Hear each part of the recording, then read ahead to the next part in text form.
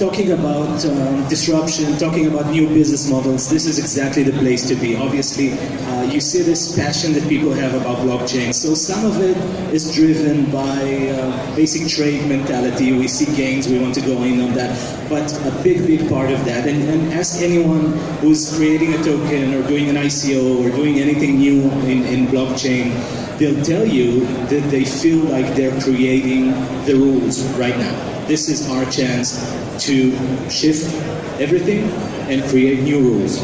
And we feel that a lot, that there are no preset rules, nothing that really binds us except the rules of the places that we live in, right? So it starts with the most basic example, which is Bitcoin ecosystem. What is that? I am a money sender and you're a money receiver. You need to have your key, and we have a group of miners. They approve our transactions. Everyone has their job. They just so happen to be saving hundreds of billions of dollars in that game that they play, and game theory comes into play a lot.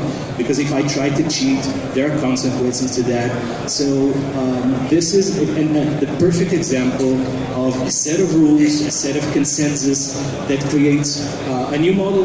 And everyone since Bitcoin has been trying to create new rules, new ecosystems for how to play new games.